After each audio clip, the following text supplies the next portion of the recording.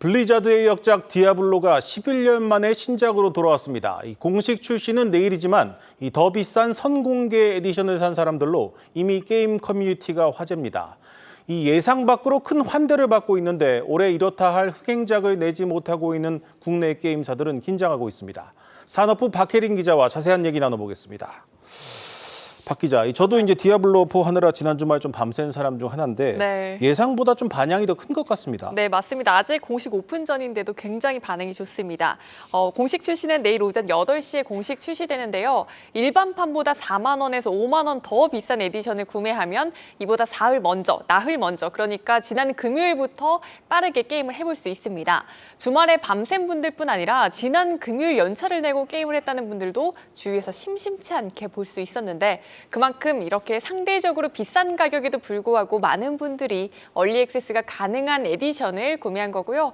실제 수치로 조금 보자면 얼리 액세스가 시작한 오전 8시 트위치에서 디아블로4 관련 방송 시청자 수는 금세 90만 명이 달했고요. 주말 새 93만 명까지 기록하기도 했습니다.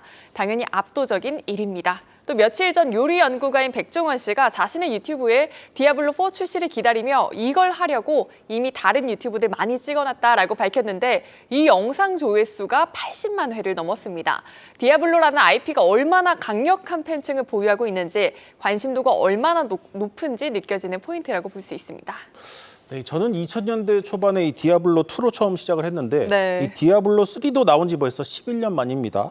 그러니까 그 시절 게임을 즐겼던 사람들이 이제 구매력을 갖춘 어른이 된 건데 실제 게임에 대한 반응은 어떻습니까? 네, 전문가 평부터 들려드리자면요. 디아블로4의 메타크리틱 점수는 PC 기준 88점을 기록하는 등 까다로운 전문가들조차 후한 평가를 내놨습니다. 네. 최근에 게임 리뷰를 보면서 이렇게 게이머들이 긍정적이었나 싶을 정도로 국내 유저들의 평가 또한 좋았는데요.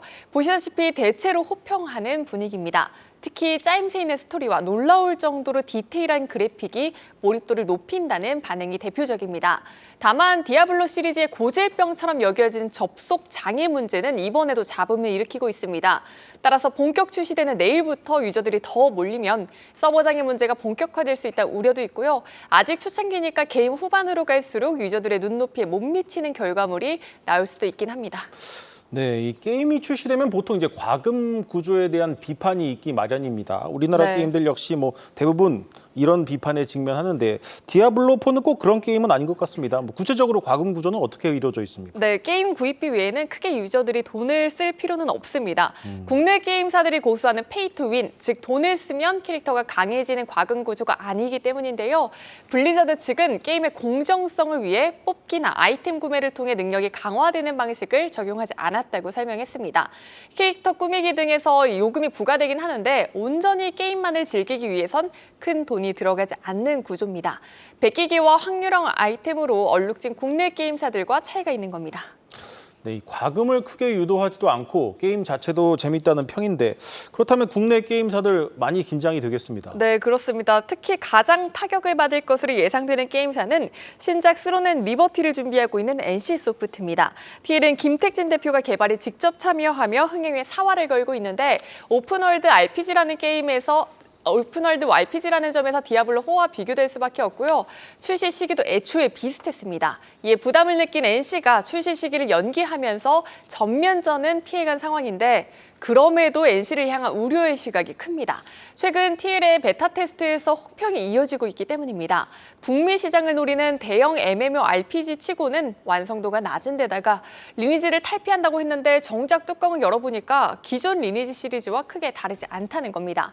그나마 뽑기 방식이 사라져 기존의 과금 구조를 조금 개선한 모습을 보였는데 이게 게임이 재밌는데 과금도 안 해야 유저들이 좋아하는 거지 게임이 재미가 없는데 과금 많이 안 한다? 이건 그다지 매력 포인트는 아닙니다. 네. 따라서 다올투자증권 등은 부정적인 유저 피드백 등의 기인에 NC소프트의 목표가 20%가량 내렸고요. 투자 의견도 하향 조정했습니다.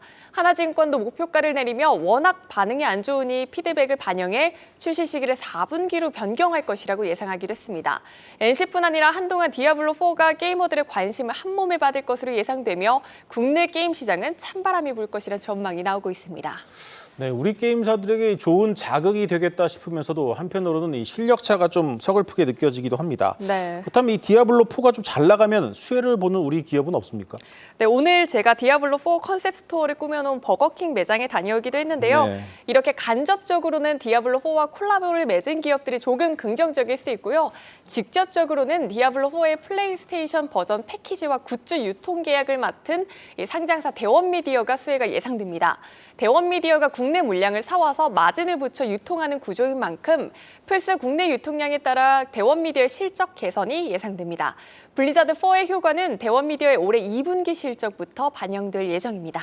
네, 잘 들었습니다. 산업부 박혜린 기자였습니다.